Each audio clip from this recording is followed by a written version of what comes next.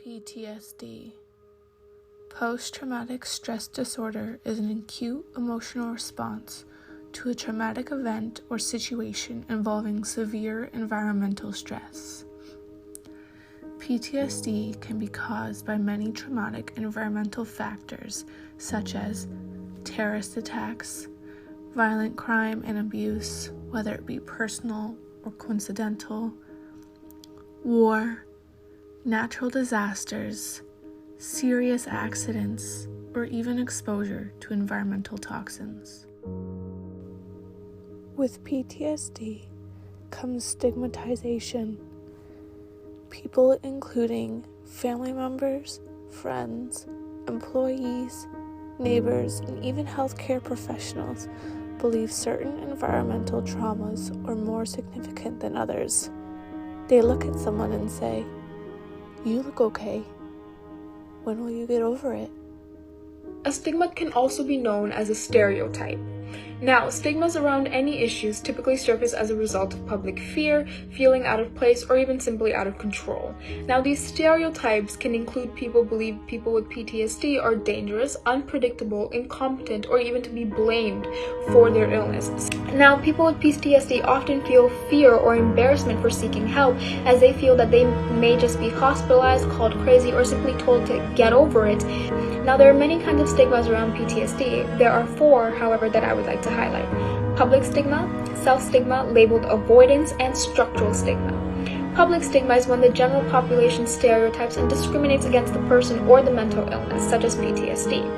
Now, self-stigma is when the individual with PTSD internalizes the beliefs of others. So they believe that they're incapable of being happy, that they're incapable of holding down a job, or simply living independently.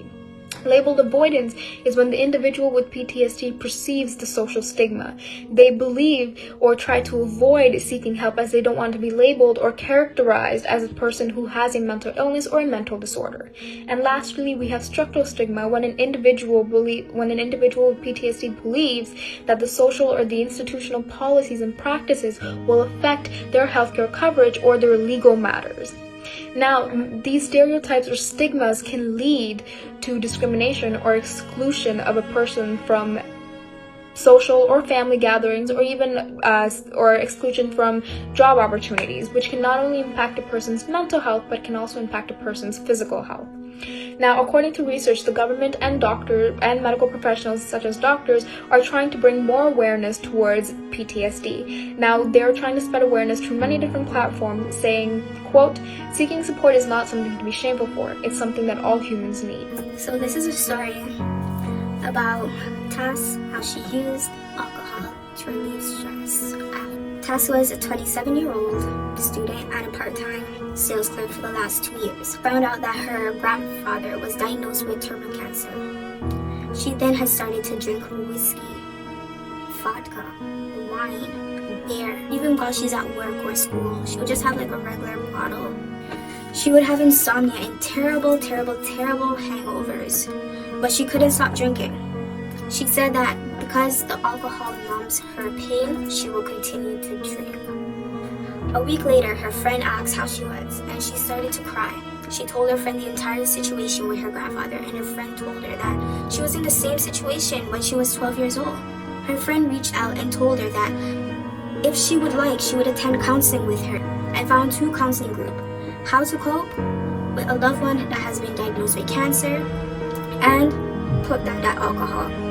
After speaking to the counselor, she was able to learn techniques that didn't involve partying or drinking to help her cope. After a few weeks of consistent support groups, she cut down on drinking and partying because she wanted to ensure that she is spending meaningful time and meaningful days with her grandfather.